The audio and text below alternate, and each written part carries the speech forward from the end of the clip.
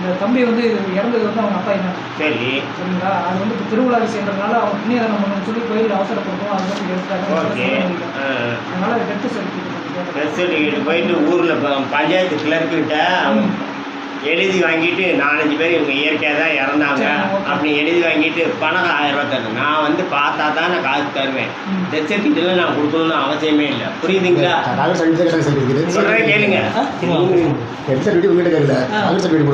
Doctor certificate death certificate தான். Death certificate இதை கொடுத்தா தான் எதனால இயற்கையாக இருந்தாங்களா கொண்டுட்டாங்களா சூசைட் பண்ணிட்டாங்களா அப்படிங்கிறத தான் தரணும். தந்தா தான் அவங்க பதிவு பண்ணுவாங்க. புரியுதுங்களா? அதுக்காக தான் வாங்கிட்டு சொல்லுவாங்க.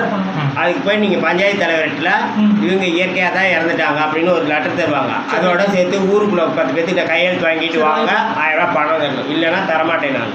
நீங்கள் எங்கே வேணாலும் போய் 1000 ரூபா நான் என்னோட ரிஸ்கில் தான் நான் தர்றேன். நீங்கள் எங்கே வேணாலும் நான் தரமாட்டேன். தரணும்னு அவசியமே இல்லை.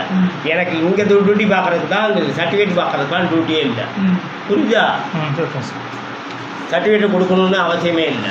நான் வந்து இப்போ டெத்து ஆயிடுச்சு போய் பார்த்தேன் அப்படின்னா இல்லாட்டி போஸ்ட்மார்ட்டம் பண்ணணும். போஸ்ட்மார்ட்டம் பண்ணால் தான் அந்த சர்டிஃபிகேட் தருவாங்க. புரியுதுங்களா?